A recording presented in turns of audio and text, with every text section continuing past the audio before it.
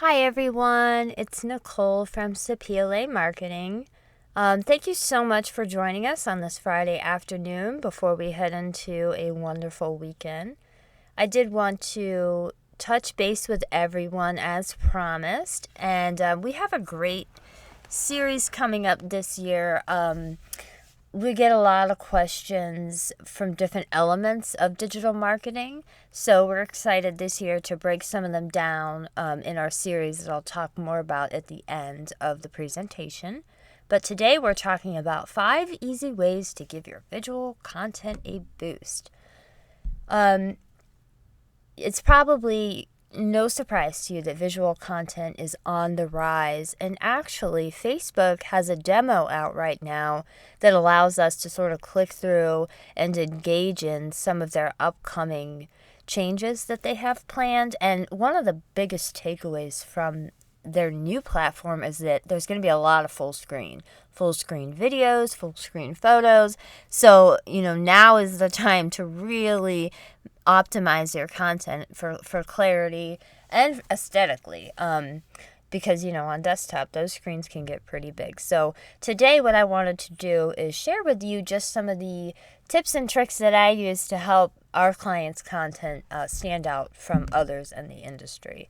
So tip number 1, know where and how to find photos. You're in an industry, the behavioral health industry, where it's not exactly aesthetically exciting. I think about a lot of times how easy it must be for someone who owns a hair salon or, an art studio, just things that are sort of easy to snap photos and have a variety of content. Behavioral health is not necessarily one of those aesthetically exciting, but one of the things you can do is decide on your tone. One post, one tone. So think, is this post informative? Is it, an uplifting Monday motivation post? Is it a shocking statistic that's going to, drive someone to call? Is it relatable? And that really should be in all of your content. When we talk about relatability, people don't want to be sold to. I mean, they're sick, they're feeling anxious, they're feeling depressed. They don't want to be sold to when it comes to their health. They want to find someone who understands what they're going through and they can help them feel better. So keep that in mind when we talk about relatability. Important note, be careful with the photos that you use. Google Images, not a stock photo search. And that's not just limited to Google Image. You come across something on Tumblr or Reddit and you like the photo, you save it, you share it. Don't do that. So you do have to have credible sourcing. My best tip I can give you, unless you're going to join, there's a lot of wonderful stock photo clubs out there if you're willing to pay a little each month. If not, look out for clubs that have what's called a Creative Commons license. 2 of those that I can recommend to you are Pexels.com and Unsplash.com.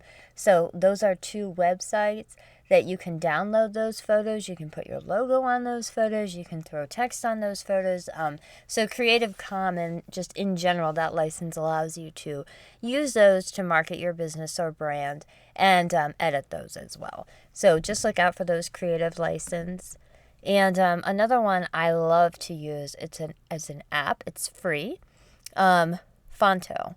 And that allows you, if you do get in the position where you take a photo of your, front office, your TMS chair, your ketamine clinic, you can go ahead and put your watermark on it. And again, that will help sort of keep your content as yours. A lot of people out there on the internet, you won't see it pop up in somebody else's ad, and if you do, your watermark will be on there. So, and it's worth saying, if you are using images of patients in your practice, testimonials, all of those should have a signed release.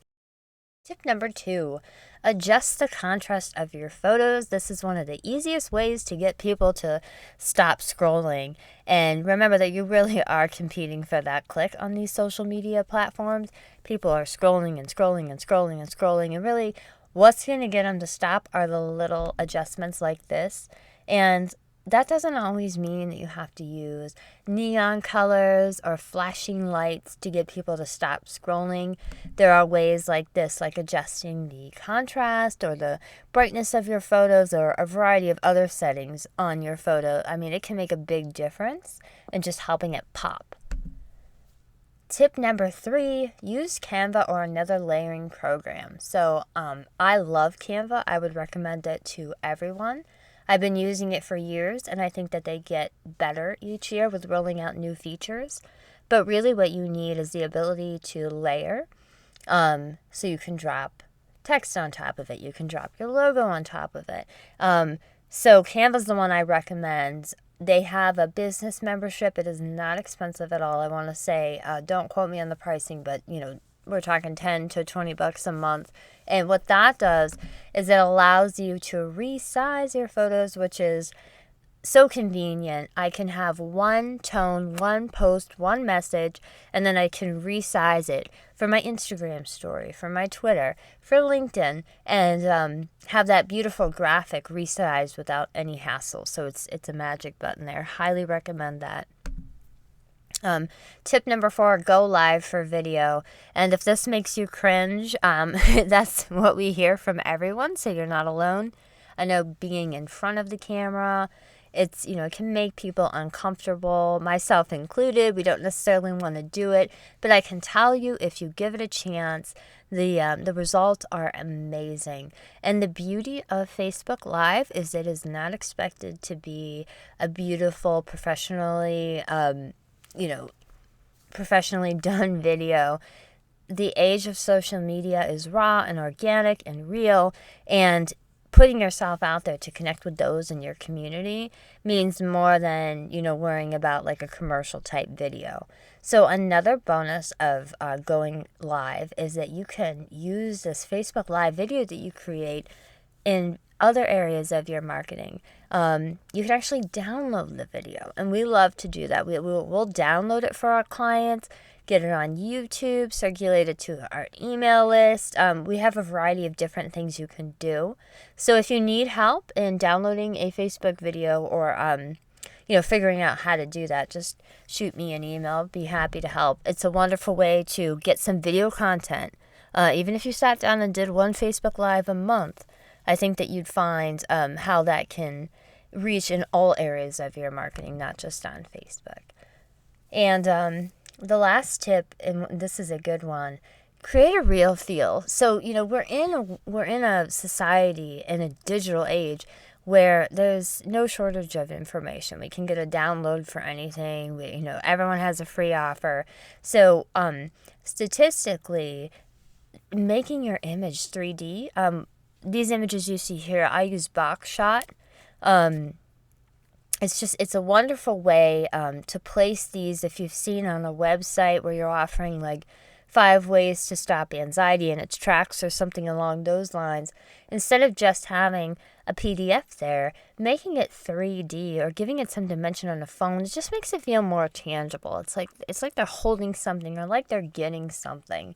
So just statistically, this has been a little trick that's helped improve that conversion rate on lead magnets.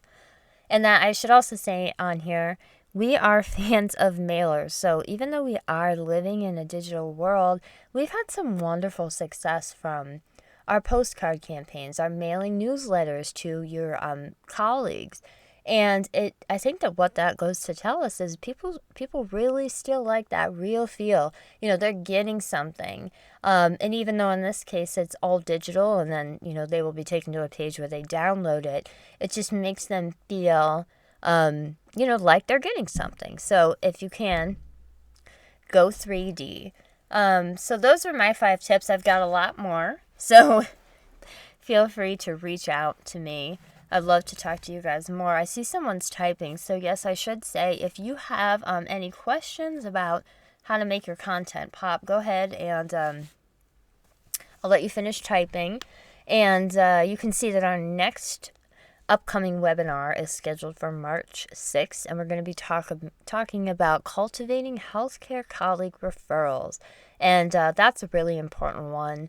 if you're not doing that already, I mean, that has a great conversion rate. You should really be, networking. So my partner, Greg, has some wonderful tips on how you can be doing that. And, okay, thank you so much. Here's our first question. Sorry, let me just open it. All right. What should I think about when creating my own visuals? That's a wonderful question. I guess I talked a lot about how to do it, but what to be thinking about. So, it's very interesting, just going back to my point about how it's not an aesthetically exciting industry. So we are forced to kind of think outside of the box. There's only so many pictures of TMS chairs and ketamine clinics that people want to see. So I challenge you to think about the tone, think outside of the box, and think about how people want to feel. So, they're on these social networks and they want to feel good. They don't want to feel worse. They don't want to feel sold to. So when you're thinking about what to post, think about how to intertwine your messaging in with how they want to feel. So for example, if I'm looking for a stock photo for a really, really good treatment-resistant depression post, and I just have to find the right photo because no one's going to click on it if the photo's not right. I'm not going to necessarily go towards the dark and gloomy, very depressed, assumably very depressed person in the stock photo. I might lean towards someone on the lighter side, like someone who looks like they're deep in thought, or they're thinking, or they might just be feeling just a little bit sad, or they're alone.